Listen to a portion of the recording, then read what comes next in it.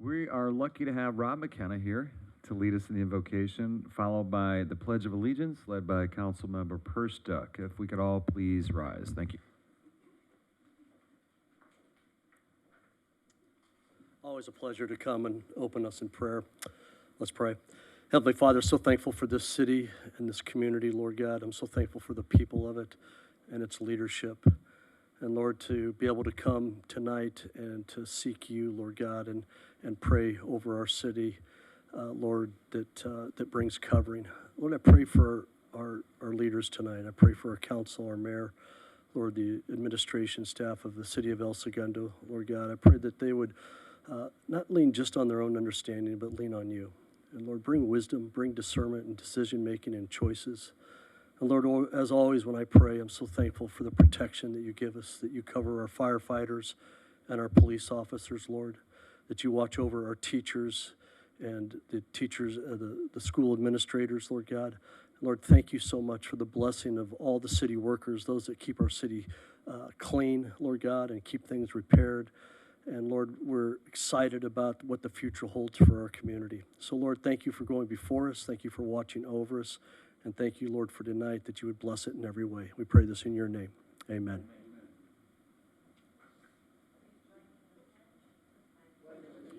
To the flag of the United States of America and to the republic for which it stands, one nation, under God, indivisible, with life and justice for all.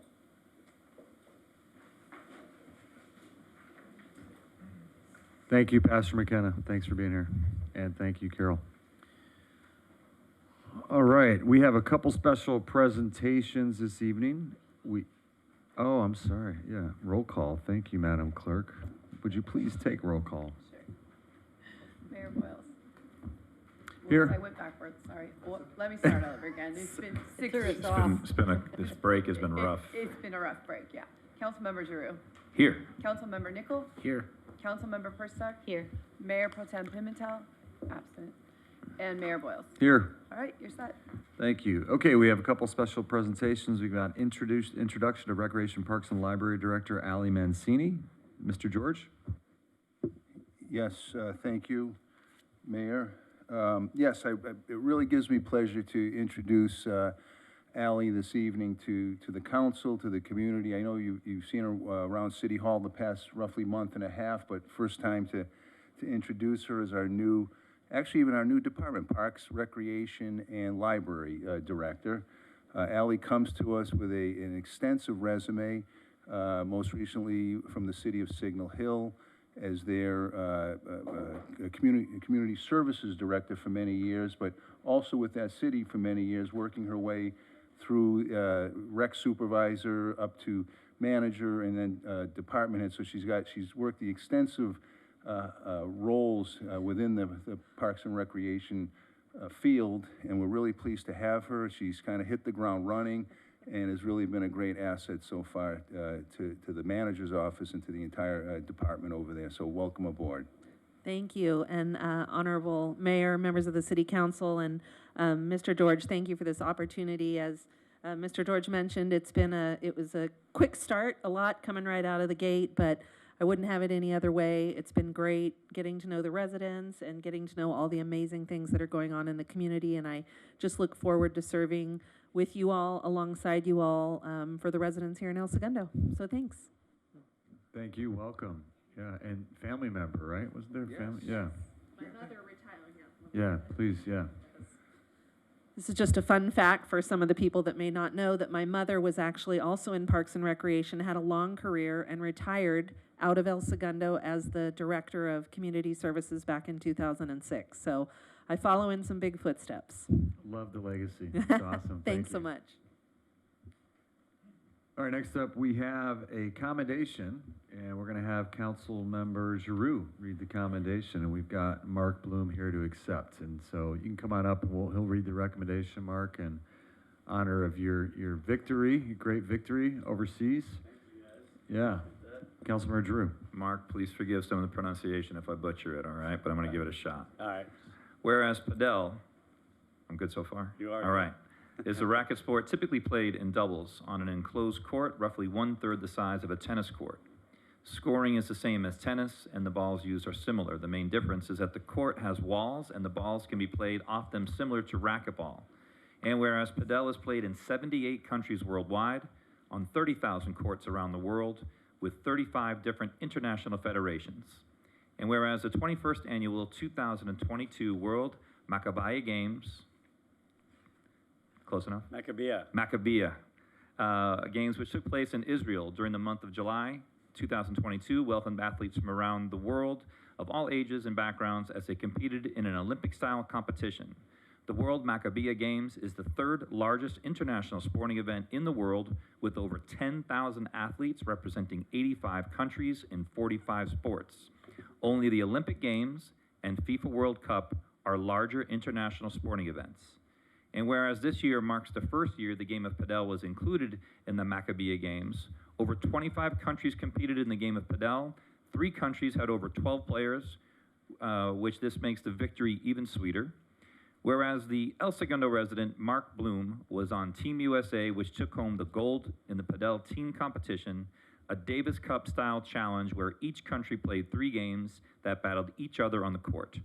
Now, therefore, on the 16th day of August 2022, the mayor and members of the City Council of the City of El Segundo, California, hereby commend Mark Bloom and the USA Padel team on their gold medal victory in the 2022 Maccabiah Padel Games. Thank you. Congratulations. So awesome. Thank you, guys. Appreciate that. You want to say a few words? yeah, say a few words about your experience. I mean, what an amazing opportunity, and then Yeah, so and this, then are you up for a challenge against Lance in pickleball? Because there's got to be some parallels to In pickleball. pickle?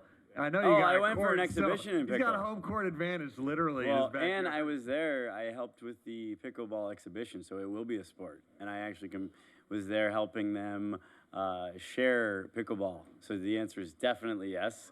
And this isn't the first time. I'm actually 40 competing with 20-year-olds. I grew up playing lots of racket sports. I grew up going to Israel, well, not going to Israel, knowing about Israel, going to Hebrew school. So this was my first time in Israel. So it was definitely pretty special because of, one, the first time being there, going to do that and see everything we kind of read about. We all know, if you're religious in any capacity, what the homeland's about, the land's about. And then more so, too, this sport where United States, we have 40 courts in our country, 40, 50 at max. We're competing against countries that have thousands of courts that developed it. Strong team, and I'm not going to talk about me more so than my 20-year-old teammates all brought the thunder. So thank you so much for this. It was an epic trip. Yeah, we're gonna do a photo with you, Mark. That's right. That'd be great. Thanks. And yeah, we gotta do a little pic. You sure? You guys came all the way to the council chambers. It's a love child of racquetball and tennis. I grew up so much playing racquetball and squash, and I played a ton of tennis. Well, they picked me for the team, and then we did the rest. All right. All right, great. There we go. All right, looking good, guys. Here we go. 1, 2, and a couple more, and one more. Thank you so much. Thank you.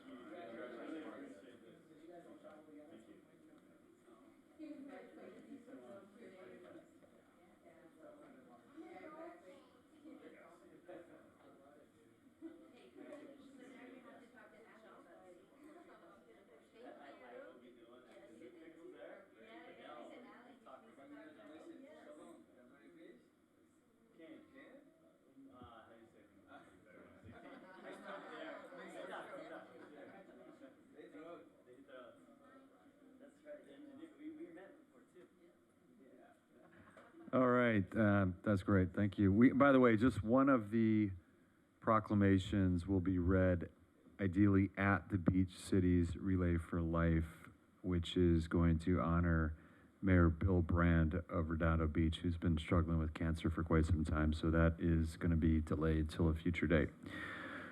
Public communications, now is the time and place for public communications.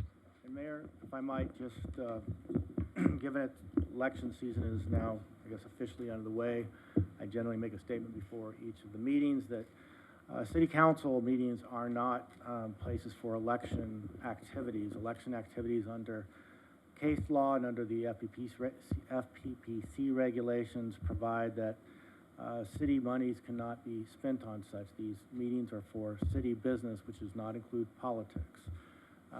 There are staff members in attendance. There's money to be expended by the city on this, so it's not appropriate for the council, staff, or members of the public to stand up at the podium and say things like, don't vote for this person, or vote for this person, don't vote for this ballot measure, or don't vote for this ballot measure, or stand up and, if they're going to be a candidate, and introduce themselves and say, I'm going to be a candidate.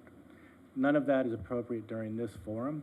Out in the public, you know, whatever campaign rules apply under the law, that's up to each candidate to bring those issues up here, but not during this meeting. So, thank you. Thank you. And Mr. George?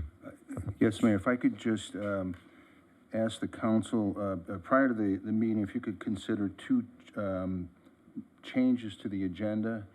Item 17, if we could continue that item. Unfortunately, that's the item on the Diversity, Equity, and Inclusion Committee Local Economy Report. The presenter of that item, who's the chair of that committee, unfortunately is sick this evening and will not be able to join us. So I will reschedule that for a later meeting. And then item 16, which is the update of city committees, commissions, boards, and bylaws. I did notice a late miswording in one of the recommendations, which was recommendation 3, approving the name change from the Environmental Committee to the Public Works Sustainability Committee. It should be the other way around. I apologize for that. It should be approve the name change to the Environmental Committee from the Public Works Committee. So that's a slight change in that recommendation. Thank you. Thank you. While we're talking about the agenda, I know there's some folks here that want to talk about item 15, which I think we talked about. I know we talked earlier today about continuing that to a future date as well. You want to bring that forward now so that we can talk about that? Yes, if that was the appropriate time. After public communications, we'll bring that one up first. Which one's 18? Oh, is Mr. Alanya here? Oh, Paula. Oh, there you are. Hi, Paula. Okay, we can move 18 up too, if that's okay with you, Mr. George. We've got someone here from Park Vista. Absolutely.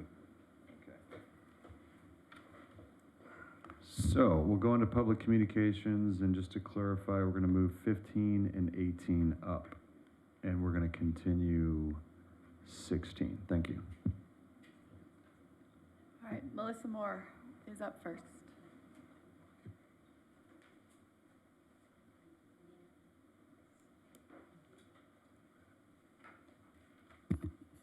Good evening, Mayor Boyles, members of the El Segundo City Council. I'm Dr. Melissa Moore, Superintendent of El Segundo Unified School District, and I'm here this evening to express my support of item 15. Item 15 is the renewal of various agreements, joint use agreements, between the City of El Segundo and the school district. And it's important to note that the school district and the City of El Segundo have had a long-standing tradition of joint agreements, stemming back clear to September of 1990.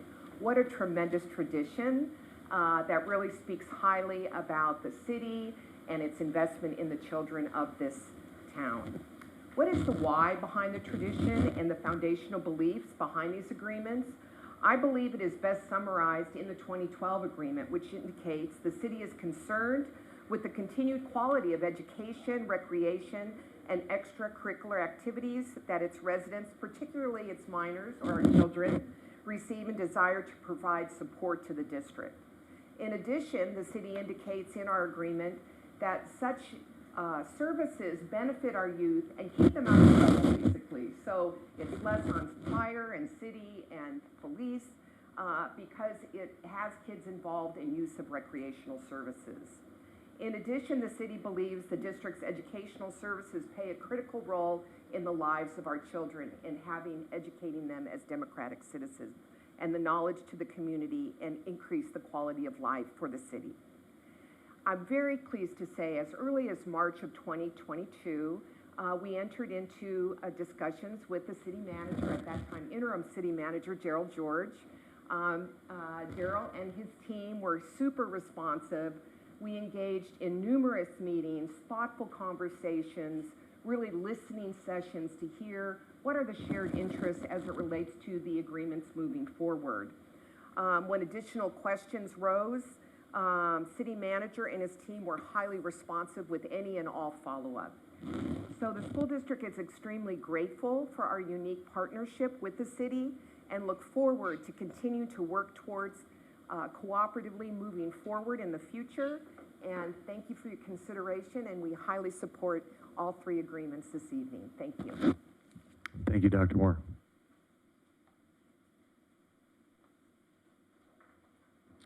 Tracy Miller-Zarnicki.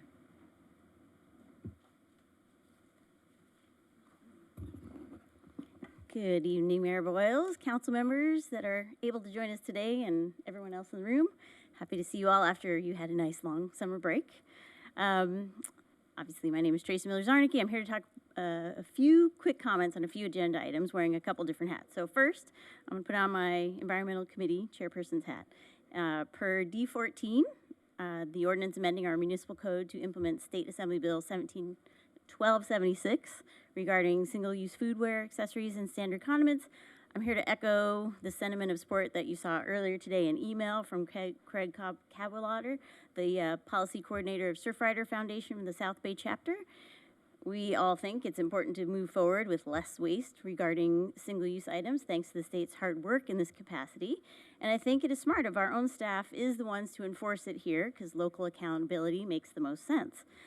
Please know that our eco-friendly committee would love to support this with any public education effort we can to help our community understand this ordinance.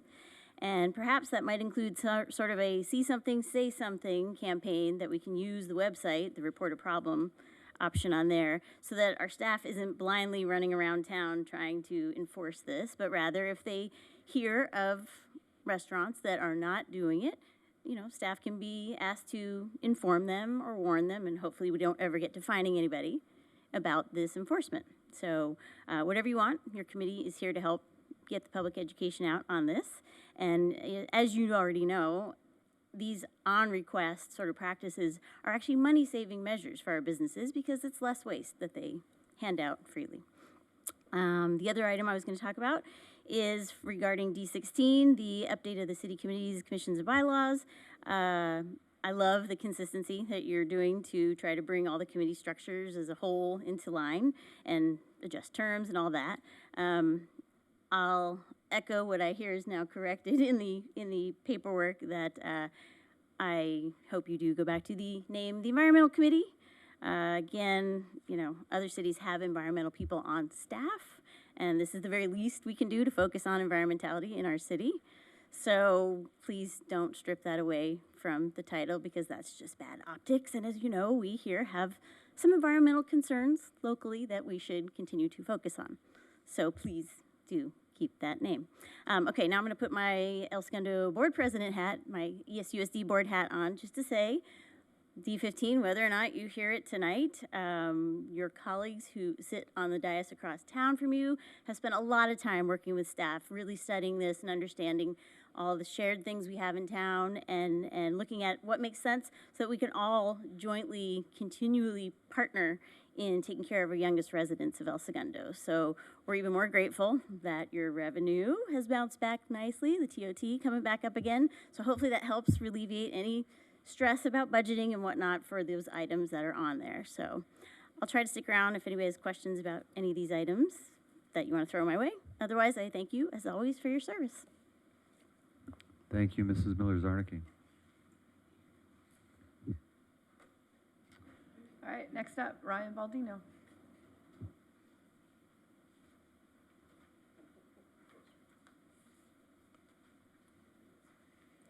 Hi guys, good evening. Ryan Baldino, I live on East Palm. I'm here to talk about the special meeting agenda item of possibly pulling the citizen ballot initiative. I was here previously to encourage the city to have a competing initiative, but I believe if one ballot is pulled, they most likely should all be pulled. And those are my 2 cents. Thank you guys for your service. Thank you, Mr. Baldino.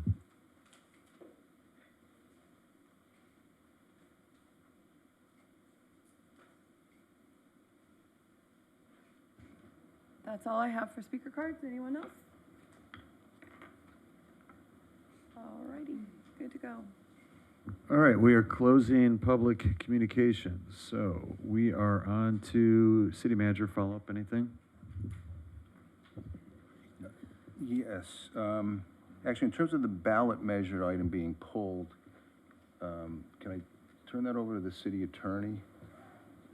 Just to be clear, the clerk received on Thursday, a communication from the person that had circulated, or whose name was on the petition, Ms. Spiker, that she wanted to withdraw it, and she's sent it over to the county for purposes of alerting them, and they've said that they will withdraw it, but technically just to make sure that we've tied the loop on it completely, the thing before you tonight is just a resolution that clarifies to the county or restates to them that this is no longer on the election ballot.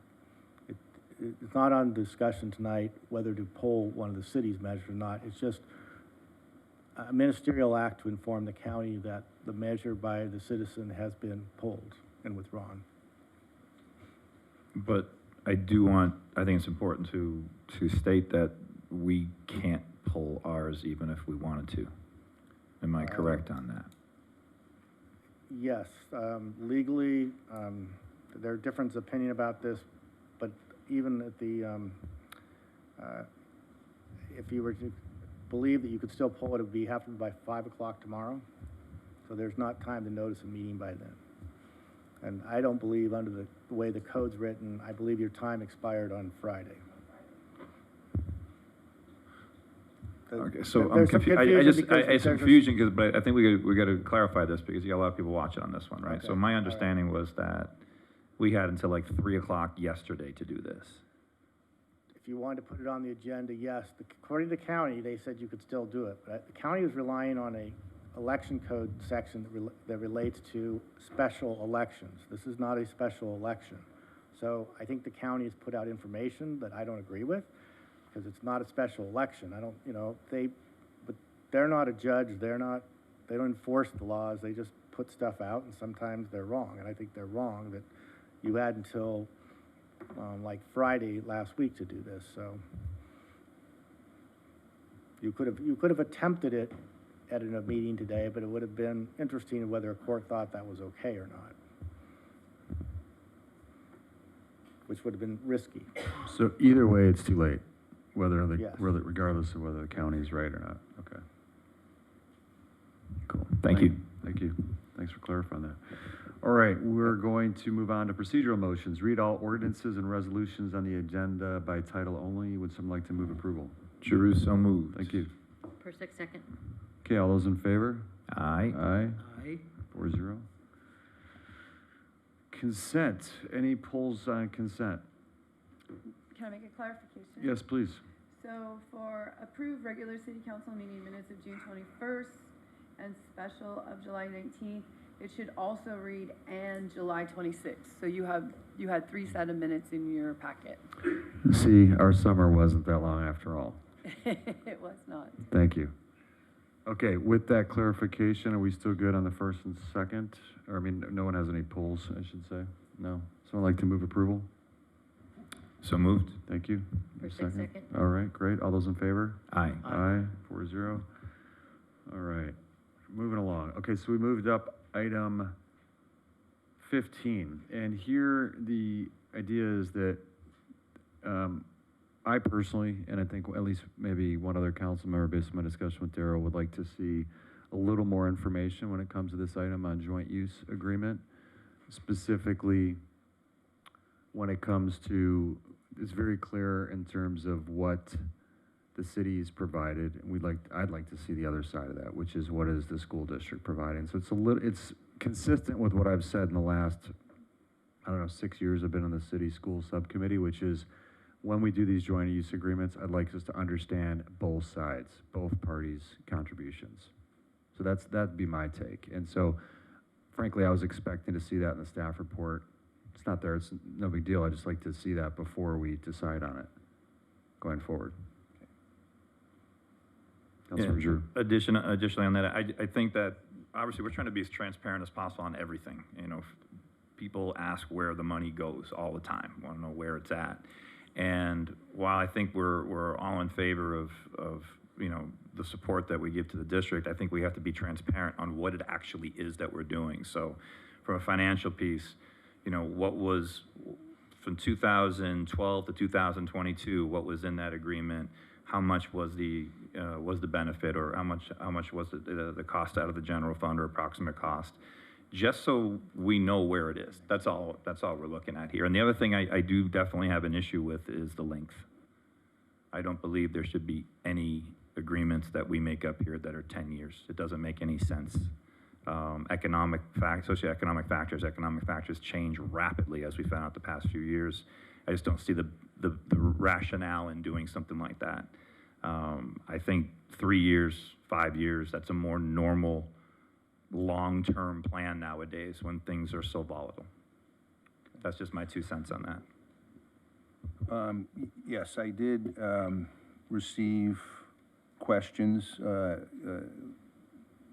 this week regarding this item, and I believe the end period on this particular agreement is September 22nd. So we've got 2 meetings before then.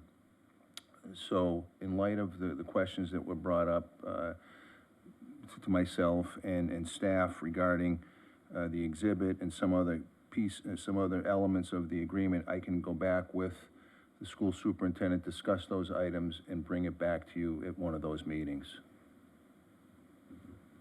Or do you also want to consider the possibility of just extending this agreement for another year, and having this way it's in place, everybody knows what to expect, and then really look at it from, you know, from the picture we're talking about, a little bit more of a line item of what it actually is and what the benefit is and what each side is doing. Does that make it easier? Well, This way you don't have to rush through it. right. Nobody has a heart attack over it. It can just get done, because everybody has their budgets that they got to put in place right now. Does that make sense? Well, it's interesting because one reason potentially to do that is the school district is reinventing a lot of their facilities. The middle school, for example, is going to provide a whole bunch of basketball courts, indoor facility. Those help the school district in terms of what they're contributing to the joint use agreement, but I don't think we fully understand how those are going to play out yet. I mean, they have so many items in flux in terms of their capital improvement plans that haven't come to fruition yet. So I think to your point, putting a 10-year agreement in place when things are so in flux I just don't see the benefit of doing that. I think there is merit to extending it a year, giving us time to see how things play out, and then revisit that with all of the information. Well, I'll certainly, she's in the audience tonight, so I will sit down certainly with the superintendent and discuss this. And I mean, actually, as the new city manager and certainly a new, even more new Parks and Rec director, it would give us time to fully look into some of the additional things that you're talking about, and then also, the full transparency piece. I mean, I'd certainly go back and share that with her and get some feedback and report back to you. Yeah, I mean, basically, the negotiation started with one team on our side, and now it's a completely different team. So it would be, allow you to get kind of up to speed on the entire thing might be a good way to do that. Actually, John Jones was our interim director, so include him in the discussion. Right, exactly. So, I just have a question. I'm just not, I mean, we've had a mutual agreement with the district for many years. I'm just trying to, you say full transparency. The document is it's public knowledge. It's out there. It's I'm not sure what what the goal is here, because one of the things, we just don't want to waste time and waste the city's time as well as the school district's time on. I mean, I understand going through it and looking at it line by line, but one of the things I came across of when I was looking at it is when we put our cost to things, we put this fully burdened weight cost on there, which includes fire, police, and so it basically, inflates the cost of things. Like certain things I look at and that we put a cost on it that's so astronomical that it doesn't make sense. So I just want to make sure that if we do this, that we really take it true to form, because there's a lot of, when we put this fully burdened weight of the cost of things, I'm not sure it's really, really fair. Because when we were going through the, doing the plunge and stuff like that, some of the costs we were associating to our time and our use of space, I was quite surprised. And I want to make sure, one of the things that we have to also think about is 80% of the students at El Segundo Unified are residents of El Segundo Unified.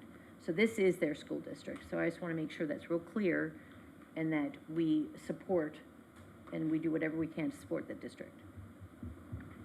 Thank you. I just want to reiterate one point I made earlier. I've been on the school city committee for 6 years, and I've said the same thing for 6 years. Scott, you've been on there with me, which is, we're going to do this. Let's do it from both sides and understand the total financial contribution on both sides. Can you vouch for me there? Thank you. So that is what we're talking about. It's not that I don't foresee this council ever cutting off support of the school district, just understanding both sides. We are financial stewards, just like they are financial stewards. We are one agency, they are another agency. We both have our constituents that we are responsible for. And, the information, I didn't want to go into this level of detail, but I'd ask for a red line version. What's different in the agreement? There's an agreement in here, but there's no basis. There's no initial agreement. There's no red line, so it's hard to tell what's changed in the agreement. If it's just the term, that's one thing. So that's missing, along with the full financial analysis. So let's just tee it up again in the future. I think your idea has merit, though, about extending, for lack of a better term, extending the agreement for a year and then seeing what happens. I do think the school district also has so much in play in terms of what they're going to offer the city that we haven't even taken into consideration yet with all the new facilities they're building. So why wouldn't we evaluate that as well? You're saying take the existing agreements, not these amended agreements, take the existing ones and just extend those out 1 year. I mean, is there any risk in doing so? Is there any precedent? There's nothing materially changing. No, I'm saying, I just want to be clear on, you're not going to adopt the new agreements. You're going to take the old agreements and just have like a one-page agreement that they'll all be extended for 1 more year. I think that's what It is a suggestion. I don't know, and there's 4 of us up here. Is there anything that's dramatically changing from agreement to agreement? There's nothing that's like crazy. Actually, we're really focusing on the recreation facilities agreement, the joint use media, studio, and equipment agreement. I think is good to go in terms of, because that's another one of the joint uses that I believe. That one is just simply, that's just extending it. That's like a 1 page, we're extending it for another year. Well, yeah, that was and then the third one was the Fifth Amendment to the MOU that allows for different library services. That was just 1 page. So those 2 we could consider tonight. I don't think there's any significant. Oh, wait, I'm sorry, I mixed those up. You're right. Any significant changes at all to those. But there is a 10-year renewal on the media one. And I can turn it over to Barbara. That one is. Because this is our media is in Yes. the district's facility. Yes, so we did a new agreement. The previous agreement didn't reflect what was happening on both sides. We didn't really feel like it was clear on the nature of the relationship. So we clarified exactly what media services would be provided to the school district. It's a list of, I think, 18 items. And that, for us, made it a little bit more easy to manage the time of the media division so that we don't, and we've been working together to funnel requests through Marissa Janicek and kind of put some structure around it so that we don't receive requests from various different sources and one side doesn't know what the other side's asking to be filmed and things like that. So that's been really helpful. That agreement will help us a lot. And then we also propose establishing a use schedule so that If the school district wants to do something in the room, that we meet, we talk about a schedule for the next month or whatever term we decide to do, and we can make accommodations so that they have access to the room. We also clarified equipment, that the city has a ton of equipment in there right now. The school district might want to buy some equipment, and they may want to start a media program, that if the equipment in the room, our equipment we use, their equipment they use, and if we want to borrow equipment from each other, then we just have to agree in advance to do that. So I think the only thing that, listening to your discussion, is a sticking point is the 10-year term. I think it's a little bit more than that. The term for sure. There was no one that I would enter into a 10-year agreement with right now. Quite literally, with what I don't see any rationale for it. Long-term plans just don't go that long anymore. Even in corporate America, you don't make a 10-year plan anymore. 5 years is a lot. So, even looking at this rate, whether it's a fully burdened rate or not, you're looking at $950,000. What's that going to look like in 10 years with inflation and, costs and salaries and things like that going up? So if you want to extrapolate that over a 10-year period, it's probably about a $15 million in lieu agreement. I'm not saying I'm against it. I'm saying that we have to look at, what that looks like, make it so that it's easy for people to see and understand. Because look, how many of us get phone calls up here about, there's a problem with a crosswalk, or there's a problem with a crossing guard. The city should be doing this, the city should be doing that. Well, we're already doing this. If you're saying that it's a public document, I can guarantee you nobody's ever seen this before. So that's all. We need to be transparent about where the finances go. I'm not saying don't do it, but we do have to be transparent about it. And Councilmember Giroux, I just wanted to add, my comments were only about that, the media services agreement, not about the joint use of the recreation facilities. Could we not take those three pieces and just do a 1 year tonight on those three? It's on the agenda. Someone move to do that? Yes, the district will have to agree to that. Yeah, three of us would have to Right. agree, but the alternative is that two of us don't agree with what's been put forth, and we just want to continue it, so. So essentially, now, But that's not going to, according, what Ms. Voss is saying is there's things that you may lose the benefit of if you don't adopt the existing, what they've put in front of you. Right? No, I'm saying take that media agreement that outlines the 18 events and the Yes. access for the school, but and make just it amend the a, term to 1 year. yes, make it a 1 year agreement, is all I'm Okay. saying. And then on the bigger agreement, which I think is the 1 year, the recreation one, just extend the prior one until you all get a chance to look at everything. And there's nothing in there that's, Changed. Okay. Just did the you, term. do we want to invite Dr. Moore to come up to speak to any of this, or did you, That's council's call. yeah? Dr. Moore, did you want to say anything? I don't know if it'll help, but she's welcome to. Let's-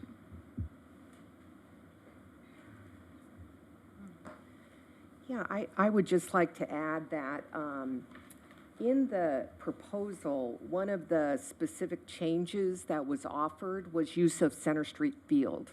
So you would lose that because in the new agreement that is before you tonight was the city would have access to scheduling Center Street Field. That means potential revenue for the city. The district was going to retain the groundskeeping of the fields, but the rental of the fields was offered to the city to provide more options and centralized services for our community users. Okay, but what do we have that we would schedule on there? I mean, because I know that Little League uses that field, Beach Cities Baseball uses that field, so would that time be taken away from those user groups? That would have to be scheduled through the city, and the district would not receive that revenue. Presently, they schedule directly through Center Street School, and there is a user fee that comes to the school district. Those groups would now be forwarded to the city, and the city would determine who uses those fields. I don't have a problem with delaying that. While you're up here, Dr. Moore, because we didn't see there wasn't a red line version. That wasn't on your side. I think that was on our side. What else has changed besides that? In addition, the district added a clause that, at the request of the city manager, to open up conversations should conditions within the agreement change. and that was specifically added to the agreement as well. That's more towards the front of the agreement. Right, and that was added to try and address the 10-year length, that, you know, at any time during the 10 years, if there was a significant change, so there was kind of a reopener clause, if you will, that we could sit down at the table and negotiate that. Another item that was put into the agreement was that the district would be open to discussing pro rata share reimbursement regarding specific things that are used by our athletic department. For example, scoreboard replacement on Stevenson Field, and that such requests would be directed to the superintendent or city manager, and then we would receive appropriate backup documentation and make any contributions towards that through the appropriate means, which is at the district and city level. Darryl, where was that in the staff report? That item was not in the staff report. And I would just like to say on the 10-year term, you know, obviously El Segundo High School programming and athletics is specifically leans heavily on the city of El Segundo for our facilities, for our students. And so the 10-year term was to give our parents peace of mind that our students have a place to play, that it is not an issue, and that we don't have to go out of town for our children to participate in various activities. So the 10-year term really provides consistency for our families and peace of mind. And that was something that certainly our school board was very much interested in continuing. I don't think any of us have the stomach to be removing our kids from the playing field. I think our problem is that we don't have a 10-year agreement anywhere. And I don't see any reason to do so, because we have a good working relationship. So if it was such a good working relationship, why do we need 10 years? You could go both ways on the argument. So my point is that we would not enter in an agreement with anybody for 10 years. I don't see why we would do it this way. It doesn't make sense. You're essentially handcuffing the next 5 councils who have no say in the matter on what goes on here. So I'm just saying 5 years is a good number. I mean, 5 years, most of us aren't even gonna be here. You have a whole new council that comes in. So that's all. That's what I'm saying. I just don't. Just my personal opinion. We're all big supporters. We all have kids in the system that have gone through the system. Our kids are on the same playing fields. There's no issue there. The issue is we need to be transparent with our constituents in the same way that you do. That's all. So it's just a matter of, like, some of the things that you're telling me right now, I haven't seen yet, and you haven't seen yet. So we just need a little bit more time to look through what we're looking through. I don't want to rubber stamp something that has a 10-year agreement. I think that would be difficult for us to, or for me to stomach to be able to do that. I'm just trying to do my job the best way I can, the same way you guys do your job the best way you can. So it's not personal, it's just the business of it right now. Absolutely, we understand that, and certainly we're going off of past practice. In previous agreements, actually, the cable agreement was at one time a 20-year agreement, believe it or not, so historically. Is that? I would have to go back to the board, yes. So, okay, thanks for the clarification, Dr. Moore, on those 3 points. So We didn't see those. if the council gives me direction to go back and discuss extending the recreation agreement for an additional year, I'll work with Dr. Moore on that and then bring that back to you.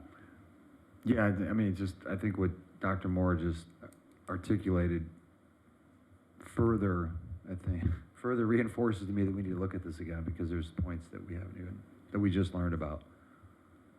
So so question is, do we bring this back in a couple months, or do we decide to extend this for a year? Each one of these agreements, based on what you heard, Mr. George, what's your recommendation at this point? I would, if you could give me another council meeting to come back, I'll sit down with them and I'll see if we can get the 1-year extension. I'll bring it back, and if not, then, I mean, I'll bring it back either way. Okay. But it'll give me time to discuss it with the school district folks and see if we can, and it's just extending the recreation agreement for 1 year. Or bring it back with options. We just, Right. sorry. Go ahead, Carol, my bad. No, I mean, I think the whole 1 year component was just so it doesn't lapse. But if you come back with something that's 5 years, Oh, then right. I Okay. think Yep. that's. I think Gotcha. that's Just, what- I let's think make that's it, make sure it's thorough, not only Yeah. the staff reports are thorough, but again, that analysis on both sides, like, I would like to see Right. what the school district has contributed as well. Okay. Yep. That's We'll- it. We'll do. Okay, great. Thank you all. All right, we're moving, item 18 is up. This is the presentation. It's the El Segundo Senior Citizens Housing Corporation Board State of the Union presentation at Park Vista and associated proposed actions. We have the chair, Paul Lanier, here to address us. Thanks for being here, Paul. Thank you for having me. Could someone call Joe? All right, hopefully he's listening, because he thought it was going to be later today. Hello, thank you for having us. Nice to be here. Can someone, thank you. I'm just going to ad-lib this presentation and do hand puppets. Thank you. Oh, thank you. Thanks, Joe. Okay, this is what we're going to talk about tonight quickly. Background, current state, future challenges, some options, board discussions, decisions, and city council to consider. Just background, you all know this, but for those who are watching or listening, Park Vista is our senior living facility. It was built in '87. There are 97 residential units, 33 singles and 64 one-bedrooms, singles being another way of saying studio. The rent for new rentals is currently at 60% of market rate. We do a review every year, so a one-bedroom is now $1,142. A studio is now $846. We have, on average 4 units turn per year. Some important background, approximately 65% of the people living there are not even paying 50% of market rate. In fact, some residents have been there for 30 years, average tenure 15 to 20 years. So this goes to the question that I asked Drew the very first time he talked to me about coming on to Park Vista Board. What is Park Vista? Is it a senior housing facility that is supposed to be self-sufficient? Is it something that we support as a city? I'll come back to that in a second, but it's a very important question. We have raised rents, the board has raised rents of 1% to 2%, approximately 75% of the time in the past 15 years. It's been sporadic, and there's been a reason for that, which I will explain in a second. We have had some large unanticipated expenses. For example, there was a $50,000 mandatory earthquake insurance policy that had to get put in place. We didn't know about it. Of course, we said we're going to do it. But I just want to point out that $50,000 incremental expense is approximately 3/4 of the total rent brought in for Park Vista in 1 month. Okay. Additionally, we just learned about a mandatory balcony inspection. Don't know how much that's going to cost, but we didn't budget for that. So it makes it challenging. Here's the really good news. Joe and his team of Joe have worked with us and city staff and Public Works to figure out what's needed long-term for Park Vista. Sorry, can you hear me okay? What do we need financially? And we're in really good shape for quite some time with a couple of caveats, which I'll go to in a second. So you will see the replacement reserve report put into into a spreadsheet in a few minutes that Joe's going to present. According to a recently provided plan of operations, Park Vista must be self-sufficient. We've had a series of documents presented to us as these are your operating documents that we've never seen before. And to be told that we have to be self-sufficient is news to us. It's sort of interesting that a senior public housing facility has to be self-sufficient. We'll do what the city tells us to do, but we need some help to get the final documents and then to help figure out how to make this work. In the past, Park Vista has offered rental rates at 50% of the market rate, intending to cover our operational expenses, keep an appropriate reserve, maintain a sinking fund replacement reserve. But that was done before the city's reserve study was done for us to know what do we got to spend. And you'll see some numbers in a moment. Are we good so far? Right now we have 1 vacancy due to the passing of a tenant. We're COVID-19 healthy. We hold about $1.5 million in financial reserves, not including the 504 funds, which we'll discuss in a second. 3 new board members joined, and they've been terrific. Tim Whelan, Denise Fessenbecker, and Julia Newman. this is where it gets interesting. So we have about $3.5 million worth of projects identified in the City Capital Replacement Reserve Report, say that 3 times fast, which have to be done by 2031, 2.3 million by 2027. So Park Vista, under current practices and plans, and using the Senior Housing Fund 504, which is controlled by the city, not by us, will stay within the city finance recommended reserves until 2034. That's really great news. Here's the ifs, though. This assumes that the $900,000 of 504 funds will only be used by Park Vista. If they're not, then we are not within the reserve requirements. We don't have another, as I understand it, the city doesn't have another use for it, and Joe and team have already taken some money out of those funds for Park Vista. So it makes sense how it's being used. But I need to point out that if something else happens for 504, or there's another need, then we're not going to be able to meet our financial requirements. This also assumes no identified additional capital improvements will pop up and be required. Again, the $50,000 for the earthquake insurance and the mandatory review of the balconies on all the outside structure. We don't know what that's going to cost. Bear with me for 1 second. So we've done a couple things. We've increased rents on current residents by 2%. We've increased rents on new rentals up to 60%. That is, people who are coming in pay 60% of market. We've increased the internal transfer rental rates, and we've increased parking rates January 1 for this year. Just to point out, the parking rates were never increased in the past. There was no need, there was no urgency. Part of it was also because we hadn't done the capital reserve study, so we didn't know what we needed long term. So we were flying blind for quite some time, and thanks to the city and Joe, we understand what we're going to need when. I'd like to invite Joe to come up. Are you, yeah, Joe? And he's going to take you through this spreadsheet. I'm sure you have lots of questions on line 6, column G. That was a joke. All right, good evening, Mayor Boyle, City Council members. So Finance and Public Works, we've been working closely with the Senior Housing Board for a few years now. So let's go back in time to 2017. There was a loan between Park Vista and the city, and this loan was approximately $1 million. I worked with City Attorney, Mr. Hensley, to unwind that loan, and that's where this $1 million came from, and this, what Paul's referring to as Fund 504, which is called the Senior Housing Fund. And where that $1 million originally came from was back in the early 80s, the city exceeded their GAN limit. GAN limit means a city collected excessive tax revenues, so they had to either give it back to its taxpayers or do something with it.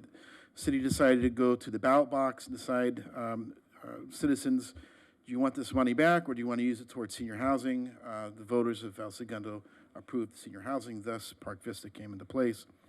But the city created a loan between Park Vista and the city, repaying that $1 million back. Never should have happened, so Mr. Hensley and I unwound that back in 2017, created this Fund 504 Senior Housing Fund. So it's not specifically for Park Vista, but it is specifically for senior housing. And Park Vista is currently the only senior housing facility within city limits. So that's kind of a little bit of background history in that Fund 504. And we've been programming funds each year within the budget, which the council has approved. So for instance, this year, fiscal year 22-23, there's $60,000 in there that council approved with the adopted budget to do a study for the plumbing design study.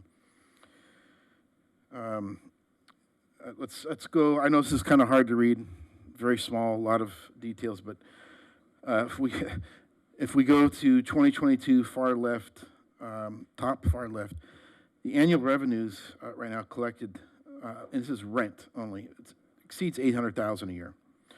Operational expenditures are just under $700,000 a year. So there's about $100,000 a year it's being generated as equity that's being put towards the capital reserve and the operating reserve. And where our deficits come in is when these large projects, large capital projects need to be done, which the former Public Works Director, Mr. Berkman, did a study in 2018 comprehensive study, and there's, as Mr. Lanier alluded to, there's over $3 million in improvements that need to be done. So even though Park Vista is generating an operational equity each year of a little over 100,000, there's not enough to cover these capital costs that need to be done over the next 20 to 25 years. And this spreadsheet just goes out to 2042, showing with the use of using those operational gains each year from Park Vista with a combination of Fund 504, when we get to about early 2030s, there is not a cash deficit, so there's still enough cash, but there is, we fall below our recommended reserve level.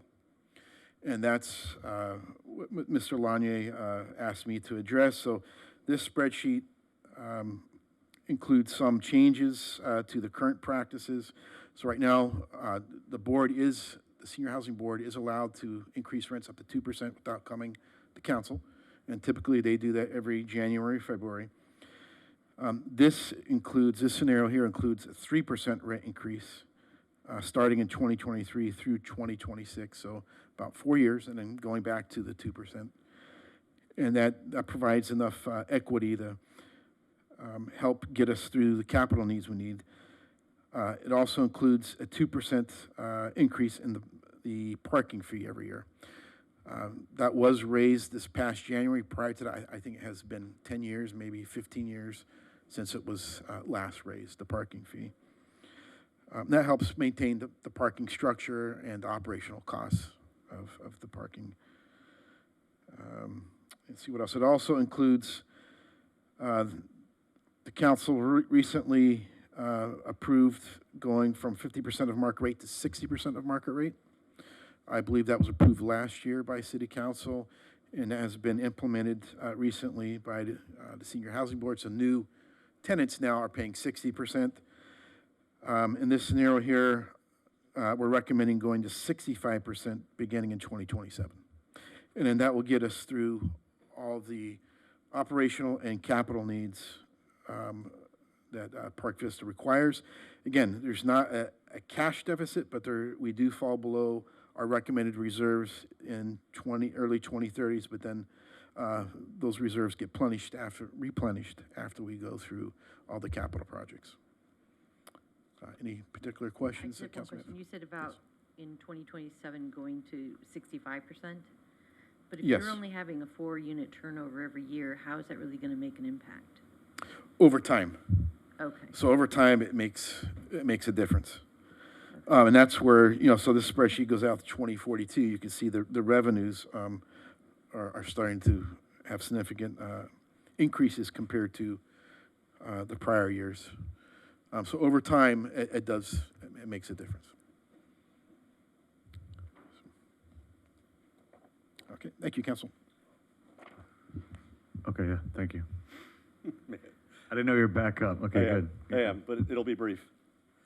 First, big thank you to Joe and city staff for working on the financial aspects of this. We really do appreciate the vigor with which they have gone through it. But I need to remind City Council that we're not talking about a library, we're not talking about a field. We're talking about 100 people living in a facility. If the elevator goes down, and it has, that's an expense that's unexpected, and it's not cheap. If the boiler goes down, etc. So we have to consider that this is our family, right? This is our extended family. We are not allowed to talk about anything other than finances tonight, per the documents that the city staff has brought to us about what our role is. So I'm not going to talk to you about the ethics of taking care of these 97 people. This is strictly finances. So to that, we would like the following 4 requests of City Council. Permit the board to raise parking rates 2% per annum until canceled. Seems fairly reasonable considering that many people have been paying the same rates for the past 12 years and they're cheap. But again, these are people who are on limited funds, limited incomes for the most part. So that's why we're taking a 2% perspective. Give the board the authority to increase rents on current tenants from 2% up to 3% per year just through 2026. This is recommended by the city's Director of Finance. We have a caveat, and that is it's 3% if the CPI is 6% or higher per year. If it's lower than that, then we have the ability to ratchet it down. So if it's a 5% CPI, okay, it's 2.5%. I will tell you that people have come to our board meetings and said, where do you think we're going to get 2%? So we have to be cognizant of this. Again, does Park Vista have to support itself be self-supporting? That's a question for you. We'd like to, again, change the market rate to 65% for new tenants starting in 2027. You could punt on that, but that's something to consider. And this is, again, going back to the big if. The board requests that City Council formally dedicates the 504 funds solely for Park Vista. Because if you don't, and there's another use for those funds, then all these financial projections go out the window. The city has made clear that they intend to use the funds for Park Vista, but that's not formalized. So therefore, I need to be up here and caution that unless those funds are dedicated to Park Vista, then we will have financial issues in the future. That's our presentation. If you have any questions, I'd be glad to answer. If not. So you said you have one current tent open unit. How many applicants have been submitted for that one unit? We have a list that's longer than your arm. Okay. Yeah, I suspect that in our lifetimes we will never have more vacancies than people who want to be in them. Yeah. Any other questions? I just want to clarify the ask on number 2. The reason you're asking for that is because right now you're limited to 2%. That's correct. Got it. So if the board wanted to, or if you were in dire straits, and let's say that, inflation and CPI was something like 12%, your board could come to this board and say, we need authority to raise rent by 6% this year. That's correct. You could. We don't have any intention to do that, but the point is that this spreadsheet that Joe built is predicated on 3%. Yeah, I just wanted to make sure that you guys understood that loud and clear, that they can do 2% without coming to us, but this is them saying, hey, well, if CPI is high, let us go up to 3% so we don't have to bother you with it. Right? Thank you. I don't think there are any further questions. Have a good evening. Thanks. Okay, council thoughts. Just reminder, this is just for receive and file tonight. You can briefly discuss these items, but they'd have to be brought back and agendized. Yes, thank you for clarifying. I was about to go right into that. Okay. Yeah, unless there's any further comments. So then, don't talk about it or talk about it? You can briefly discuss it, but you can't come to any decision this evening. It would have to be noticed differently than on the agenda as far as exactly what you're taking action on. This was just a receive and file a presentation. Got it. Can we ask for it to come back in a very near future agenda item? Absolutely. This is my 2 cents on this. Being involved with the Park Vista board for the last 4 years is, when you start looking at what that 2% or what that 3% or what that little increase actually constitutes on a dollar amount, like it's nominal in comparison to what we spend on a conference room table. And so I've always thought to myself, like, okay, I think it truly comes back to what was the intent of the council back when Park Vista was established, and does that still exist? Does our town still count on this? Is this still something that we intend to keep as this purpose in perpetuity? And if that's the case, then to Mr. Lanyard's statement about, well, if we're supposed to be self-sufficient, then we need to just run ourselves as a business and it is what it is. Or if the city's willing to help if and when we need help down the road, then we don't need to try to get blood out of a stone that has no blood, right? So that's the 2 cents that I'll put in on it, but I look forward to this coming back. Just want to clarify, I asked the city attorney on this one about a conflict because my mother lives there and there isn't one. You clarified that? Based on the details you provided to me, that's correct. Yeah, and I would just say one thing though, if we're just directionally, if this is coming back for staff, to me, I think the list, I mean, it took my mom almost 2 years to get into this facility. A lot of people want to get into this facility. I think it's 200 long, isn't it? Paul? It's long. It's longer than it was actually when she moved in there, I think. And to me, that indicates that we're underserved in that housing need, but also that there's tremendous demand because of that for this facility is so good. I would rather, to your point, just if we're going to give staff a little bit of directional counsel here, that we increase the fee to get in, assuming we're not going to subsidize as a city, rather than tell people that have lived there for 20, 30 years, we're changing the expectations on them going forward in terms of their rent going up, because a percent is meaningful to someone that's on a fixed income. And some are much better off than others in there. And I know there is a financial consideration to get in there. You can only have so many assets, if I remember correctly, and all that. But that would be my only comment, is that it seems a little uneven to impose additional fees on people that have lived there under certain expectations, in some case for 30 years, as opposed to saying, if you want to live here, it's going from 60 to 65, we're not waiting until 2027, it's happening now. So that was my only comment. To piggyback on that, 4 years ago, the board brought before this body, minus Lance, an increase, and this body voted it down. We said, no, we're not going to raise the rents. And the reason for that was because we thought, like, well, why are we doing this? We're going after money in the wrong place. Now that was followed with then, I don't want to call it frustration, but the board desiring direction from us. Like, well, what do you want us to do? We're staring down the barrel of, Joe and his famous charts with the line that goes in the wrong direction. And, and they desire so desperately to make sure that they can be self-sufficient and they don't have to rely on coming to mom and dad to ask for help.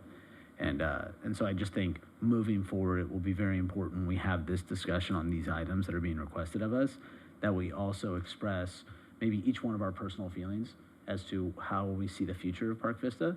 Because again, this board will change over time, but if it's discussed and, I think it'd be fun too to find out if there's anybody still around that was part of establishing Park Vista, how was that thought born? And come in, tell us the story, help us to understand the story, because I think that falls into the category of the fabric of our community. And okay, well, what was it originally intended for? And then if we're just supposed to be stewards of this community, then that should be something that we should be stewards of. So. First of all, really good presentation, Paul. I like them short and to the point, and it was very easy to understand, so thank you very much. To your point, Councilmember Nickel, I think if the expectation is that it's supposed to be a self-sustaining facility, we need to be able to give them the tools to make it a self-sustaining facility. So I think that has to be part of the conversation. What is needed in order to allow them to have a chance at doing that? That's how I would look at that. As far as, we probably can't individual things, the 504 funds and things like that, that'll come back and we'll talk about it. But in the end, I just feel that if that's the direction we're going to take, we got to give them the tools to do it, or the latitude to do it. So when it comes back, that'll be the gist of it. Carol, you good? I mean, one of the things I was thinking about, if people are living there 30 years, I mean, what is the age limit to get in there? And maybe it's something we need to look at as well. I think it's lower. I thought it was I think I'm almost eligible, Paul. I'm about to get on the list, because by the time I get on there. But I know, maybe that's something we need to look at as well, because, if we're only turning over 1 or 2 units a year, or 4 unit, maybe raise the age. I think it was 55, but then we raised it. Yeah. Yeah, Paul Rotillo is saying she thinks it was raised to 62. 60 is the new 40, right? Well, maybe you could come back with that too. Anyways, great. Thank you for your stewardship. Most people don't know it's actually like a corporate board. It's a real corporate board, different than a lot of other CCBs. And thank you for your governance there. We really appreciate it. I served on that. It's my first assignment Yeah, on the council, and I really enjoyed it, so thank you. Okay, we're done with this one. Item, I think we're on to 13, right? Yeah, item 13, that is the staff presentation related to establishing the senior planner and associate planner classifications and adopt classification specifications, examination plans, and salary ranges, and we have our Director of HR, Rebecca Reddick, here. Thank you, Mayor and members of the council. The item I have for you tonight establishes 2 new classifications within the Development Services Department. With the recent promotion of one of our principal planners into the planning manager position, we took the opportunity to evaluate the staffing needs for operational and for customer service. And what we found is that we had positions in the entry level and positions in the journey level, but we're missing classifications in the middle. So establishing these 2 classifications will round out the series. It will also provide the department with greater flexibility in filling the positions at the level that is needed. It promotes growth for employees in the career series and increases employee retention. Human Resources did meet and confer with the 2 respected bargaining units to which these would fall under, and they have no objection to adding these to the series and in their bargaining units. And then I also want to mention that there is no fiscal impact by adding these 2 new classifications. Great, any questions for Mrs. Reddick? All right, so we need to. Yeah, I just want to commend you for, taking a hard look at our structure and really changing the structure to accommodate the city today. And I know you're doing that with the MOUs as well, so thank you for taking, I know cleanup is hard, and you're putting a lot of effort into it. Thank you. Thank you, appreciate that. I totally concur with Councilmember Perstuck. Thank you. Thank you. Okay, so we have a motion to approve. 4 items. We could do all 4 at the same time. So I'd like to move approval. Per 6, so moved. Nichols, second. Great. All those in favor? Aye. Aye. 4-0. Thank you. Thank you. Item 16, update of city commissions, committees, and boards bylaws. Who's going to present on this, Mr. George? Yes, Did we skip 14? Oh, I did. I'm so sorry. Well, no, we can go. Mr. Bates is already up here, so we just do it. Let's do it. Portland, if you don't mind. Yeah. Save you another trip.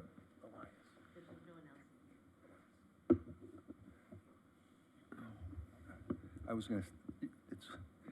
just telling Elias, it's his anniversary, so I wanted to send him home. He's here for number 14. Oh, Elias, you're a trooper. So the Happy city anniversary. attorney volunteered to do that item.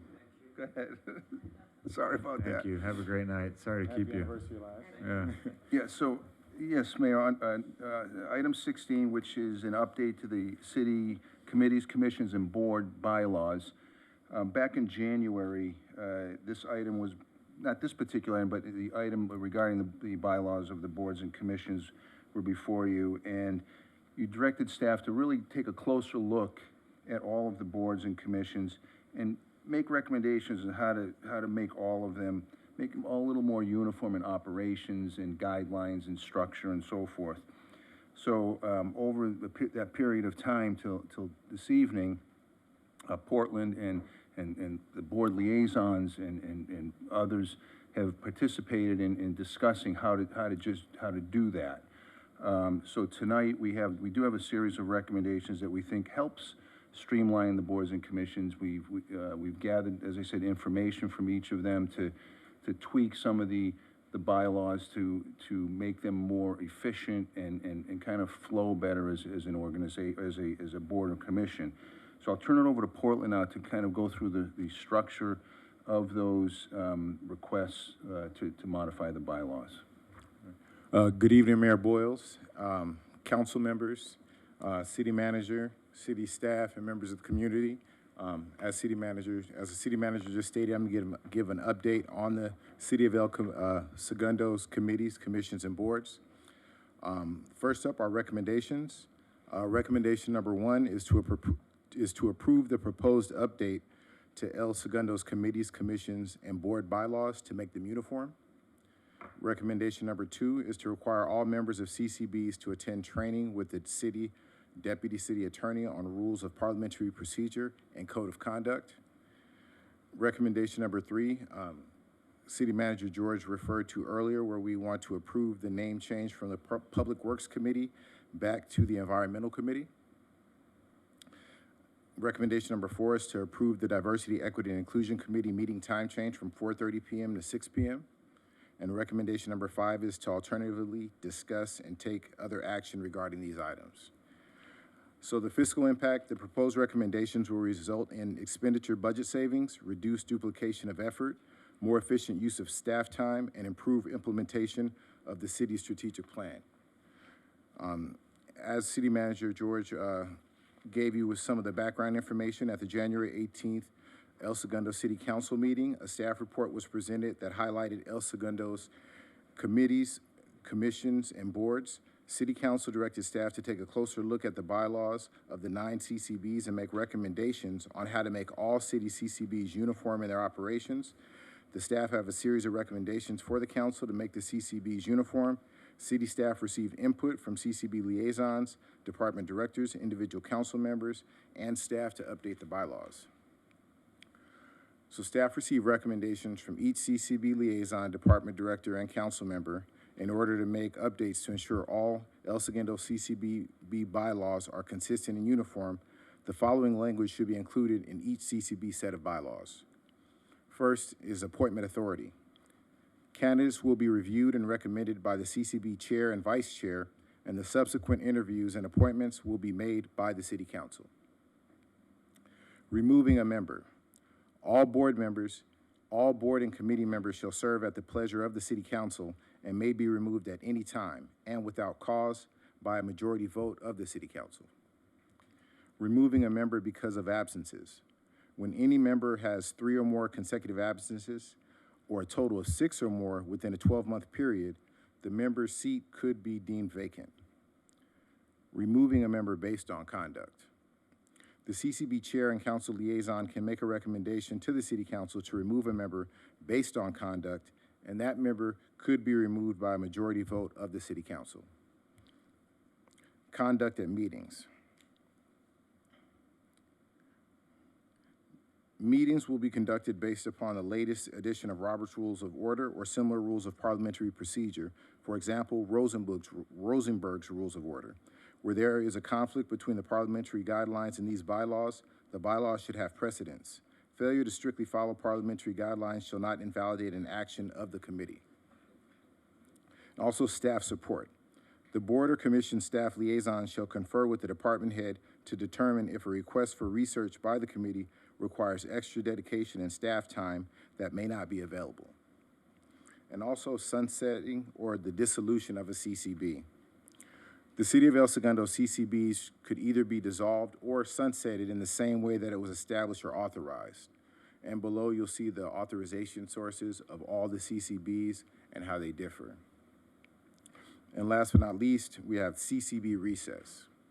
So a CCB can be placed on a short or extended recess by a majority vote of the City Council.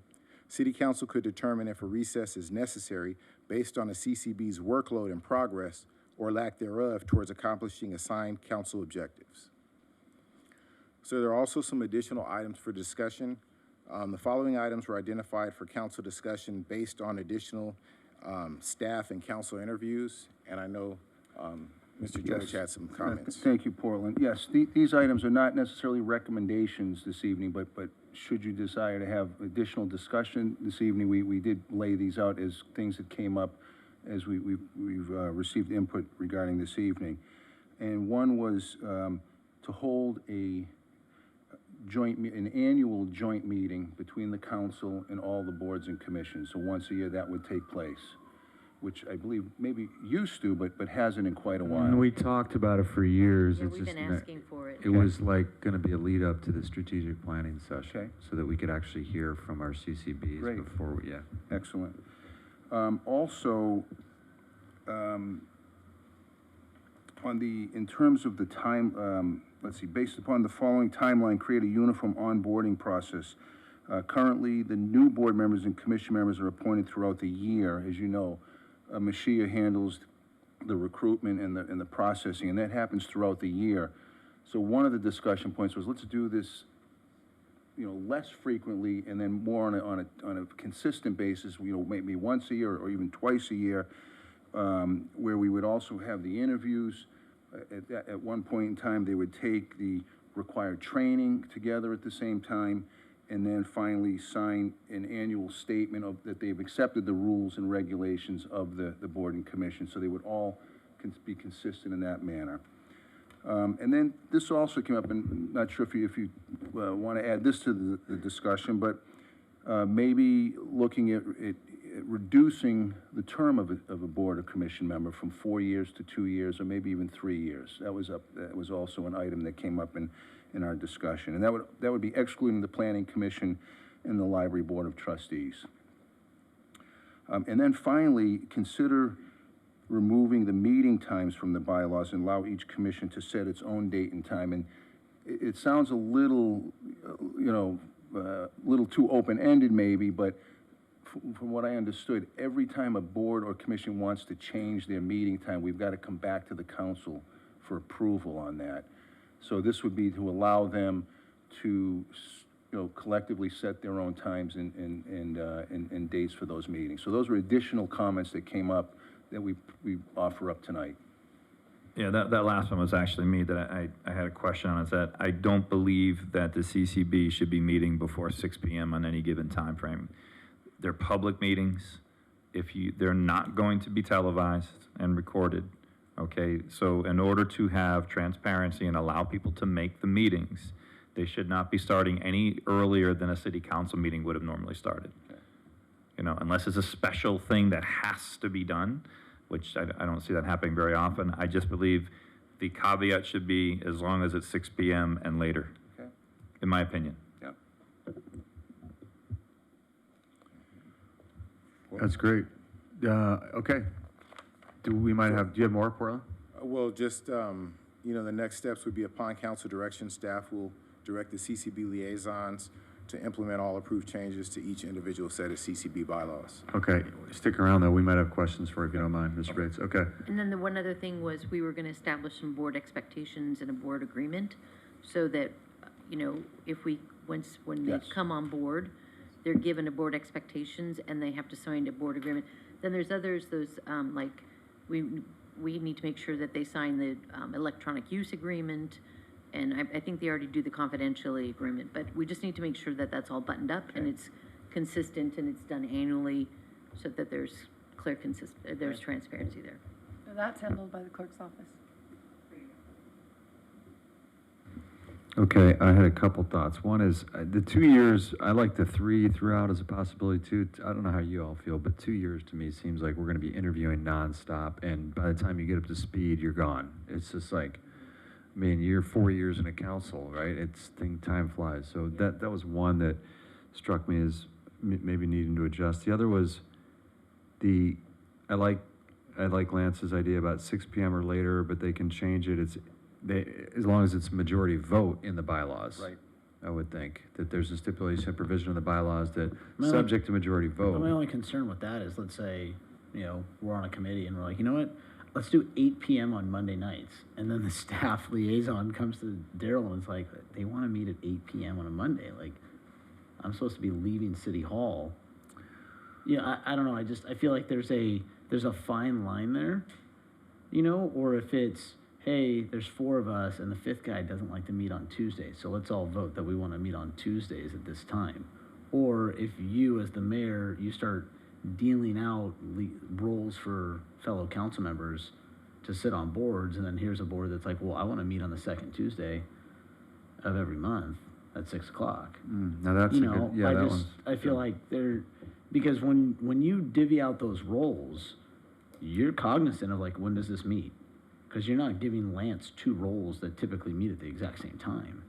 Actually, right? No, I don't really pay attention to dates and times. I just give you what you ask. I do a spreadsheet, and it's like, oh, there's no conflict. Good, everyone gets what they wanted. But that would be my only concern. I like the idea, like, for sure, yes, make it make sense for everybody, but if you leave it open-ended like that, then staff's the one that has to bear the burden.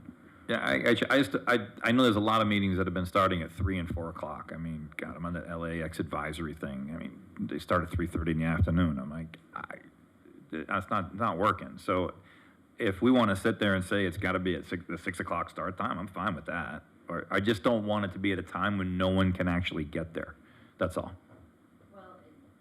You know, with the request from the DEI committee to meet at 4:30, maybe the current members can meet at 4:30, but if there's a change in membership, they may not be able to meet at 4:30.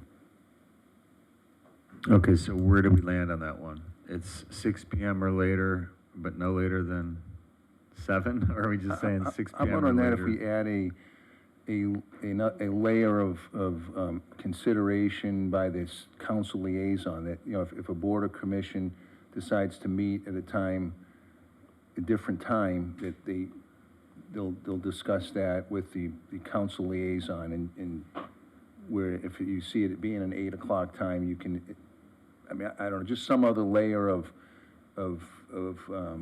not necessarily approve, but some layer of approval, if you will, or maybe with the consent of the staff liaison, or? I mean, the other side of it is when you apply for a CCB, right? When that ad goes out, it says meets at this day, at this time, and this is the commitment. So if you're gonna be like, yeah, I wanna get on that CCB, and then, oh, by the way, but I can't meet at that time, I need to change that time, that's, yeah, I'm with Lance. I was actually just going to make that recommendation. Maybe every one of these, because look, you get on the planning commission, you know exactly when your meetings are and what time they are every single month. So what I'm saying is, I think maybe that's the next step we have to take, is sit there and say, this board meets at this time every month. It's the third Tuesday or wherever the heck we want to do it at that time, and that's what you got to make. This way, there's some uniformity to it. We're not crossing over each other and having meetings on the same night. And it makes each one of them a little bit more important too, because people know exactly when it's going to be. So maybe that's a step to take as well. Yeah, that'd be the easiest, yep. Yeah. Maybe you could create a grid. Yeah. Right. But by the way, Portland, amazing job on this. This was a huge undertaking to go through and try to even figure out where the heck these CCBs were. Some of them didn't even have them. Really, really well done, and thank you for all the effort on that. Yeah, well done. I got a couple more points. One is 6 or more absences in a year seems way too lenient. To me, if someone's gone 3 times in 12 months, their life has changed. They no longer can serve on this board. They should be left. They should leave, regardless of the reason. It's just, we need people who are actively engaged. That would be the only other, wait, I'm just scanning through my notes, hold on. Oh, the other one was, this is probably from Mark, but when we define, we can excuse somebody for conduct. Are we gonna define what that means, or is that subject to discretion of council? It should be with or without cause, and generally I would recommend, well, it should be with or without cause. I mean, if you, Okay, so I would not, We already have that. if you say it's with cause in government, then, it requires like findings and it creates rights, so you don't. yeah, no, I want- was looking more for, like, we're not gonna are we defining what misconduct is? And- No, Yeah, I think we should just remove that entire item. Yeah, I recommend against that. It should be, which this is pleasure This of the is- council. We can remove without cause. No cause. And without Right. cause keeps us from getting sued. Right. Yeah, agreed, okay. With Yeah, cause, I now knew you it gotta didn't sit prove right, it, right? Yeah, Yeah. okay. Okay, any other comments? Okay, we need to vote on this, so maybe someone could pull this all together. Mrs. Voss, you're gonna say something? Yeah, it just occurred to me, did you want to talk about having an annual sort of review of what each CCB is doing? Is that the purpose of the annual meeting? No, we wanted the one meeting, but we also want them to rotate, like every meeting, we should be getting like a quarterly presentation from each of the CBDs. Okay. CBD oil? Yeah, and I would just say, if we could limit those to like 10-minute presentations with no more than like 5 slides in the deck. Really concise. One Because slide. otherwise, one slide. One slide's great. Just an update. Just brief. And that would happen at the annual joint? No, two things I think, and this is something we've talked about in the past too, is one is an annual meeting leading up to the strategic planning, so everyone's aligned. There's alignment about what we're focused on across the CCBs and the city as an organization. The other one is what's happening within the CCBs relative to their work plan each quarter, and they rotate through. That could be a lot of Yeah, I mean, Should I think like, a create a quarter? schedule, or Maybe, create a maybe schedule. semi-annually, because Yeah, quarterly twice could be a year. lot. Yeah. Maybe it's one time through the year, and the other one is just as part of the Yeah. strategic planning lead-up. What do you There guys should think be about some- that? There should be some schedule. Yeah, I mean, what Paul just did was perfect. I mean, Yeah. that is actually Yeah. the perfect example of what we need. You're right, I don't think I don't think their plan changes enough quarterly.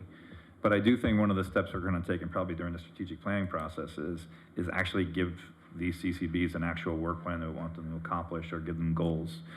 We did that with DEI, and it gives them something to achieve, and I think we have to do that with all of them. So, but that would probably be part of that strategic planning process. And then I just wanted to take a moment to look at the CCB, sorry, that some of them don't have a requirement to be a resident, and I just want to make sure we're all still clear on those, the ones that don't have that requirement. So like the CPAC, you know, why is it that they don't have to be resident? You know, maybe we just need to take a look at these. I think the difference is the ones that are established as, The ones that were established older, long time ago. well, the ones that are like recreation park, library, there's state precedent and statute for those, The right? library and the planning commission are state. Actually, on the planning commission, given the city's population, I think you could actually, you don't have to have one, but a long time ago, someone decided to put one on, and probably because there's a lot of business and whatnot. But in any event, those two are the ones that come under state law. The other ones are just at the council's discretion. So the combination ones, that just means resident or business, or like employed in town? What does combination mean? It says It's at like the bottom residents, here. businesses, and Oh, some have thanks. students, so it would be a mixture. So, of- like, I'm not sure this individual is vested in the arts. If they don't have any tie to El Segundo, like if they don't have a business, or they're not a resident, or they don't work here, I don't know why they should be allowed on our, Oh, and on the planning commission, those are required to be Well, it says right here. residents, so, but the other ones at are the bottom, it says discretion. here, El Segundo's, it says, combination, department directors, residents, business representatives, El Segundo students, individuals vested in the arts. So that to me says, I live in Culver City, I work in LA, and I can still be on El Segundo's arts and culture. And That's typically the it's Council, live, but work, or council attend interviews, and council makes that determination. So if the council is like, well, this person adds value to our community for X, Y, and Z, then why would you not? I mean, it's still at the council discretion to, these aren't paid positions. My understanding, that's the only committee that stipulation is in there, because I know, for example, we've lost several people from DEI just because they've moved out of town. Yeah. That's correct. You know, we just lost Kenneth for that reason. So it needs to be consistent across all of them, in my Typically, opinion. it's live, work, or attend school in El Segundo. Okay, I concur, we should strike that to be, we're trying to get to uniformity across all these bylaws, we should strike that one, individuals vested in the arts. I think we have consensus there. So is there any other thing to discuss? Mayor, Yes. if I may, sorry to bring it back to the time and schedule. I just want to make 2 points to some of the earlier comments. The senior board meets at 3 o'clock, and that's typically because the service population has a different schedule than the rest of the community. And the planning commission meets at 5:30, and that's a televised broadcast commission, which is different than the other bodies. So for those reasons, there are some reasons for differing start times. And I know like the golf committee used to meet at noon, yeah. So they could serve lunch. Golf. Okay, who wants to pull all this together so we can vote on it, what we just came up with? I'm looking at you, Daryl, or maybe Portland. I can try, let's see here. I think we said we are in agreement on all of the language should be included in each CCB set of bylaws in bold, appointment authority, removing a member. We agree with those two. Removing a member because of absence, it should be 3 or more absences in a 12-month period, and they're just vacated, replaced. We talked about the conduct, and it's gonna be without cause change there, you said, Mark, on the one that says removing a member based on conduct. Conduct at meetings, we have no issue with. Staff support, we have no issue with, that I heard. And then, let's see, the joint yearly meeting we talked about. Yes. We talked about one other time in the year, each CCB comes back and gives a brief update to the council. We talked about the onboarding process with the expectations, sign off, and doing that, getting everyone aligned with the same dates for onboarding. 3 years for the CCB terms, with the exception of the two committees that are 4-year requirements, which is planning and I think library. And then, did I miss anything, guys? And then on the date and time would be a date and fixed date and time. Fixed date and time that you are gonna come back to You're us signing with a on, future right. date, probably, right? Yeah, because basically what he's Yes. just saying is that let's just have a fixed date and time for when people actually come and apply for these, that they know exactly what the expectation is. That's also if it's 3 o'clock for the senior housing board, then that's what it is, but it just has to state that. So we'll bring that particular item back with all those dates and times for each of them. Okay. Okay, so barring the date and time item, do we have a motion to approve the other I items? just have one other question. Daryl, the committee for the aquatic center, should that be listed here, or is that a separate entity? It's a, it was formed pursuant to the MOU with the school district, and it includes Wiseburn School District. It includes members from both. And I think also it excludes, doesn't it exclude the electeds? That's not really a citizen board, right? That's. It's a very special. That's very. Yeah, it's really very specific. I just think we should note it somewhere that it exists and that it's, you know. Right, yes. I mean, it's basically three certain staff members from from Public Works, the city manager's office, and Parks and Rec, and then similarly with the same positions on Wiseburn. Right. So we'll reflect that. On here. Anything further? No, that was it. Okay, so do we have a motion? Mayor Boyles? Yes. Sorry, I don't know if you mentioned the requirement to either live, work, or attend school in El Segundo across the board. I think everyone's okay with that, Okay. as long as we strike the individuals concerned with the arts or whatever that phrase So, is. but Barbara, I don't want to kick anybody off that's currently on it.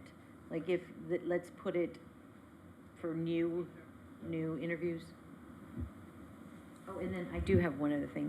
One of the things we've talked about, we have consistently not put someone that works at the city on one of the committees. Did we want to make that a policy? We've never made it a policy, but we've Cannot had be many an employee, yeah. we've had a lot of dialogue about it. It's come up quite a bit, and I think we've tried to be consistent, but I think while we're cleaning this up, we should either establish a policy or not, but I think it's something we should talk about. We had a couple committees where people were really interested in applying because we weren't clear as to whether or not they could as an employee of the city. And did we actually have an employee on, I think we had an employee on one of the. Julie Todd. Yeah, Julie, that's right, librarian. Yes, that's come up a couple different times. Yeah. No, I think you're right. We should definitely address that. I would suggest that we just have a blanket policy for all CCBs that just no employees outside of the liaison that's there should be involved. Okay, Agreed. so do we have a motion to approve Yes. all those other, Yes. including that last one? I'll so move person move. Okay, do we have a second? Nichols, second. All those in favor? Aye. Aye. Okay, 4-0. Good Thank job, you very Portland. much. Good work.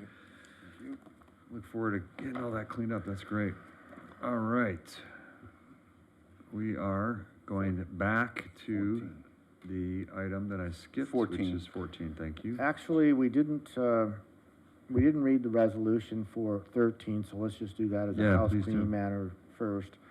A resolution establishing basic monthly salary range for full-time job classifications is ready for, and this was about the associate planner and senior planner items, it's ready for adoption.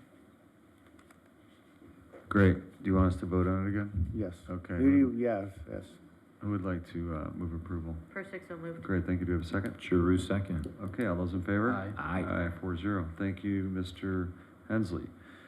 All right, we are on to item 14, Ordinance Amending El Segundo Municipal Code, Chapter 5-8 to implement State Assembly Bill 1276, regulating single-use foodware accessories and standard condiments and also designate the city as the associated enforcement agency. And I understand Mr. George will be presenting on this? Actually, I will. Oh, you will be, thank you. Just, I think your summary of the title, or your title pretty much sums up the action. That is the governor signed a bill, and it's AB 1276, requires that every city, pass a code that makes this part of its laws about banning, well, it doesn't ban the single use. What it does is require that someone has to ask for it, whether it's the condiments or it's the knives and forks or napkins, straws, whatever. They can't just be, they're not supposed to be out for people can just take them.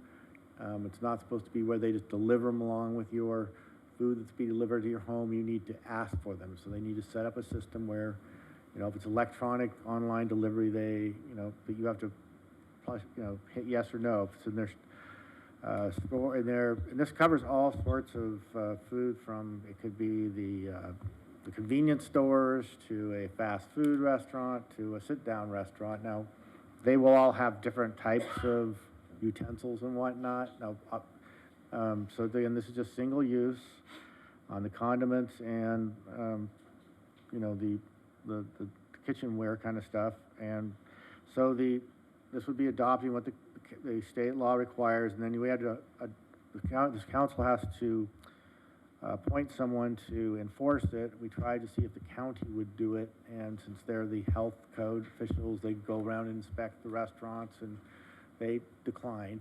So that leaves it really with just this code enforcement left to appoint. You don't have anybody else that can really do it, so it will be code enforcement that is being recommended. And this is a unfunded mandate. Now, whether the cities will band together and see if the state will cough up money to pay for the time associated with enforcing this or not, we'll see. That's often done on some of these things, sometimes successfully, sometimes not, but there is a cost associated with enforcing this. The businesses can receive fines of up to $25 for each violation, but not to exceed $300 annually. So that covers it. Be happy to answer any questions. So, again, I understand why we're doing it, and I understand the importance of it. I actually, what Ms. Arnicke mentioned is actually true, that this is actually a big cost savings for the restaurants, not to be dumping these things into bags all the time. So I do believe that many of them are already doing this. My concern, again, is I don't want to weaponize people within the city to go out and say this restaurant's not doing this and this place is not doing that. I think enforcing this is going to be a difficult task. So I'm all in favor of it. I mean, it doesn't really matter whether we're in favor of it or not. It's there. But how do we go about as a city to try to enforce something like that other than someone reporting it in? The code enforcement program in the city, absent some significant health and safety violation that people can see, is based upon complaints. And so if someone sends in a complaint, then generally contact is made with the entity or person that has engaged in the alleged violation, and then first thing that they try to do is just have a dialogue, and if it's something that is an action as opposed to a structure, they'll ask them to cease and desist. If it continues and there's proof of that, then usually a letter goes out, and then if it goes on beyond that, then maybe a citation. But code enforcement in the city is not heavy-handed. It's all about trying to get compliance. I think the word I was looking for that I didn't have before was reactive enforcement. That's the city's code enforcement program is reactive, unless again there's something that we see that's a significant health and safety problem, and then that's different. So I have a question. So a lot of times it's about communication, and if we don't do a great job of, communicating to the restaurants, the rules and the guidelines, and consistently communicate to them, I mean, instead of putting money into enforcing something, shouldn't we be proactive in reaching out, making sure there's communication on a fairly regular basis, and then you can, I think just take a different approach to it, and just say, hey, we're here to partner with you. We're helping the earth. these are the guidelines, and as they change, we'll keep you informed. But I think we have to do a good job. If we want to make this work, we should be really doing a good job of ensuring our communication. And our communication can't be, well, we put it on our website, or we put it on our Facebook page. I mean, it's got to be a letter that goes out, or a flyer that goes out on a quarterly basis to update them, or a meet and greet, have a town hall with the restaurants on an annual basis. I mean, that's the type of stuff where, it's more proactive outreach rather than just, it's on our website. Understood. It's just about compliance and, particularly when you're in a small town, no one wants to go around aggravating each other. I mean, everyone knows each other, so it's about getting compliance and really all code enforcement shouldn't be about aggravating people, just trying to get people to comply. And I'm sure Barbara, and I think probably most of these, maybe not the convenience stores, probably most of these entities are aware of this based upon being a part of some restaurant association, part of the flyers they get from their businesses and whatnot. But with that said, we can certainly educate because it's less costly and time intensive, and it's not aggravating to the business like code enforcement is. And I think, we have a partner in the Chamber of Commerce. They do a lot of outreach with these restaurants. We could really make sure that we communicate via them, through them to these restaurants. And I just think we need to be proactive in our communication and really say, hey, this is something we're behind, partner with us. So it's more positive than regressive. You want to read the ordinance, please? Yes, and this will be for introduction, and then it would be scheduled for a second read at the next meeting. An ordinance amending El Segundo Municipal Code Title 5, Chapter 8 to implement Assembly Bill 1276 regarding single-use foodware accessories and standard condiments and designate the city as associated enforcement agency is ready for introduction. Who would like to introduce? Okay, so then this will be brought back at the first meeting in September. Great. 6th. So moved. I think. No, this is just an not even introduction. I thought we needed a name Oh, it's just associated with it, but introduction. yeah. If we need a name, it's Drew for introducing. All right, thank you. And let's see, there was nothing else on that item. I think we jumped around, but I'm pretty sure that concludes our agendized business. Those outside of numbers were reports. really a suggestion of order. Exactly. Your special. Oh, yes. Okay, hold on, Tracy. Remind me. Okay. You want me to read it for you? Go ahead. Yeah, please do. All right, consideration and possible action to approve a revised resolution to be sent to the Los Angeles County Registrar, Recorder, County Clerk Office to notify the citizens initiative has been withdrawn by the sole proponent, Ms. Spiker, and to remove the measure from the November 8th, 2022 general municipal election. And then there's a resolution attached to it that you will need to approve, stating that we are removing that one and only submitting 3 measures now instead of 4. Great. Yes. What I explained earlier, and this is, part of this is really like belt and suspenders, and that we've notified the county and they've said they won't put it on, or they're withdrawing it, but everything we've done is in resolution so far to them. I just don't want to find out in 4 or 5 days that somebody said, oh, well, we never saw a resolution on that. We're still got the 4th one on there, so we think it's best to document this. It's really ministerial. They've already been formed. They've said they'll withdraw it. I just think it's a good idea to actually have a resolution that states that we're amending the other ones, and it's now just 3. So there would be the city cannabis measure, regulatory city cannabis measure, tax, and then the city's business license tax measures. And those would be the 3 left on. Great. So would someone like to move approval of a resolution changing the 4 measures on the ballot from 4 to 3? And let me read that.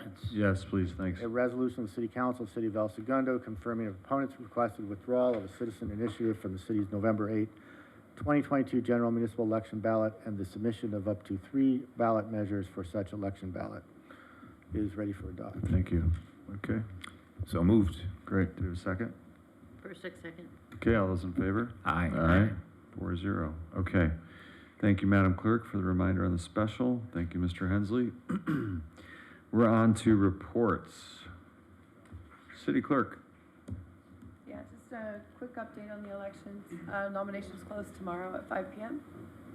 We've had 6 people pull their papers, 5 have returned. And because Mr. Nickel over there did not pull his papers, it was extended to Wednesday. Got it. So there's only one person theoretically that could turn in still tomorrow at this point, right? I can't. No, he No, cannot. no, the Anybody. 6th. No. Anybody could pull their papers Oh, they tomorrow can still morning pull, and- that's right, because the incumbent rule, got it, yeah, Yeah, thank they you. could That's pull their right. papers tomorrow morning and come back by 5 with That's, everything. okay, great, thank you. Anything else? No, any questions for me on the election, so? So do you want to clarify for everybody that the school board election will be taking place in November, but you guys are not managing that, correct? Correct. The county manages school board elections. We manage ours. Anything else? I'm good, thank you. City Treasurer's not here this evening. Councilmember Giroux. Just quick, although we were on recess for a couple months, obviously our staff wasn't. Really good job on everything. The presentations are really tight. The information is solid, and it's making our job a lot easier up here because we're able to line them up and knock them down a lot faster. So I just wanted to thank you all very much for putting the work in and getting it done. Thanks. Thank you. Councilmember Nickel. I'll pass. Councilmember Perstuck. Yeah, I just want to remind everybody as schools start next week that, kids will be on the road, and there's a lot more bikes on the road, a lot more electric bikes. So please, make sure your children are following the rules and wearing the helmets, and that you as a driver are paying attention. I know that the police department had organized a safety for e-bikes, and I think it was postponed. But when I had talked to the police department before the postponement, they weren't getting a lot of people signing up.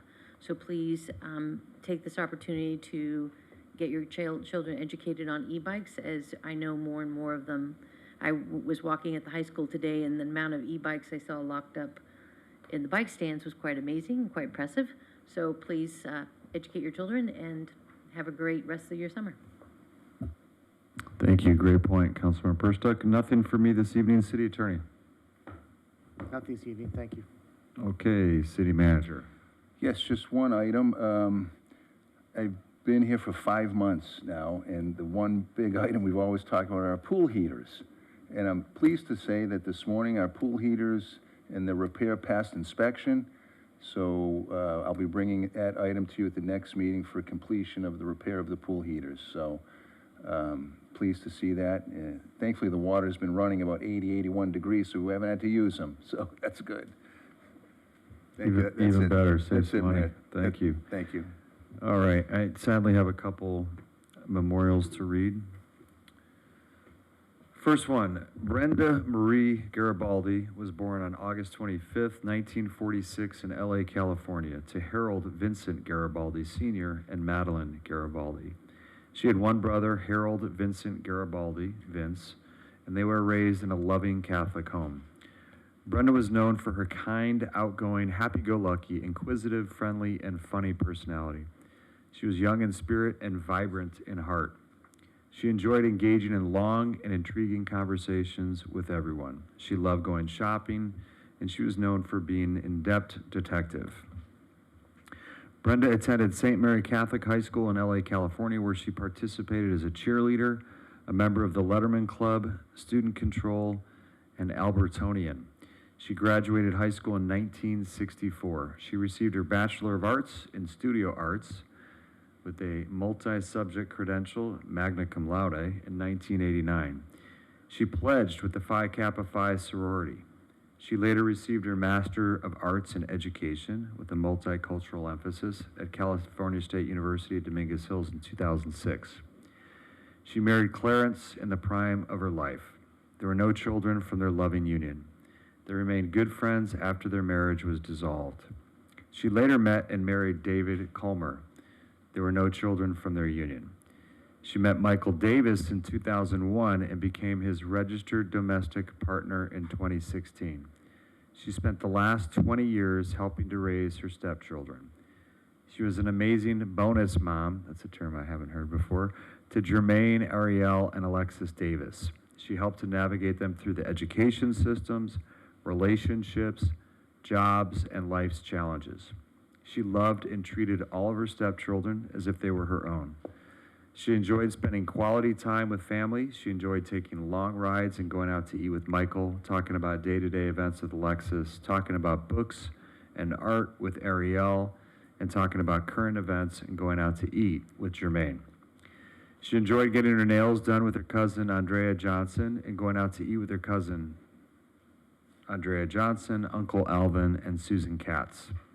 She always stayed connected via phone with longtime ex-coworker and best friend Chris Hessler Prengeman. She didn't allow distance to be a common denominator in their friendship. She enjoyed talking to Chris about her latest travels and her family as if she was living locally. Brenda worked at AT&T for many years before pursuing her 23-year career as an educator in Westchester and El Segundo School District. She worked at St. Anastasia in Westchester for 7 years and later retired after working for 16 years from Center Street Elementary, retiring on June 13, 2013. She was a first grade teacher at both schools. She was a dedicated, resourceful, and highly organized teacher. She was loved by her students and their parents. She loved teaching with all of her heart. She was also an artist that shared her love for art and culture with the students by encouraging them to make their own masterpieces. Brenda enjoyed the finer things in life. She always kept up with the latest trends and current events. She worked hard and played even harder. She lived her life to the fullest without any limitations. She lived life her way. On Wednesday, July 26, 2022 at 11:24 p.m., at the amazing age of 75 years old, after over 20 long years of battling with multiple melanoma cancer, she went home to be with the Lord. Brenda leaves behind to cherish her loving memories, her beautiful family, domestic partner Michael Davis, stepchildren she assisted in raising, Ariel Davis, Alexis Davis, and Jermaine Davis, brother Harold Vince Garibaldi, and his wife Lynn Garibaldi, niece Christine Garibaldi, nephew David Garibaldi, Chase Garibaldi, and a host of uncles, aunts, nieces, nephews, cousins, and close friends. Brenda is preceded in death by her mother, Madeline Garibaldi, and her father, Harry Vincent Garibaldi. Harold Vincent Garibaldi. May she rest in peace. Next one is someone that I worked very closely with, as did many people here on the dais, and we're sad to see this man leave us. Former council member Dave Atkinson passed away peacefully on Saturday, August 13th, surrounded by family in his El Segundo home. He was a prideful man who loved his family, friends, and this great city. Dave grew up in Elkhart, Indiana. Actually went to a Notre Dame game with him there once with his brother. It was great. And he moved to El Segundo in the 70s. He served 4 years in the United States Air Force before becoming a car salesman for over 20 years. Dave served many boards within the city of El Segundo, including the Senior Citizens Housing Board, the Capital Improvement Program Advisory Committee, and eventually being elected to city council in 2012. His greatest achievements serving the city were the beautification of Richmond Street, the Aquatic Center, and of course, helping to bring in Topgolf. He was a diehard zealot in terms of making that project happen. He never put himself first in any project and always wanted to do what was best for the residents of El Segundo. He truly loved this city and all it had to offer. Dave is survived by his wife Carol and sons Matthew and Zachary. Throughout his final journey, he made it a point to attend his son Zachary's wedding and even make it to become a grandpa to his granddaughter Sophia just 3 weeks ago. Dave was loved by many, and even if his sometimes brash personality came to the forefront, you'd always find yourself wanting to play a round of golf or grabbing a beer with him. True story. Dave will be missed by all, and especially by the city of El Segundo. We thank him for his service, and his contributions will live on for years to come. A service will be held at the Douglas Family Mortuary on Monday, August 22nd at 11 a.m. with the celebration of life to follow. And it was really nice to see Zach, Dave's son, and Dave go to Topgolf with the city manager and experience that so that Dave could see that come to fruition in the last few months he was alive. So Dave, may you rest in peace. We are adjourned. Thank you.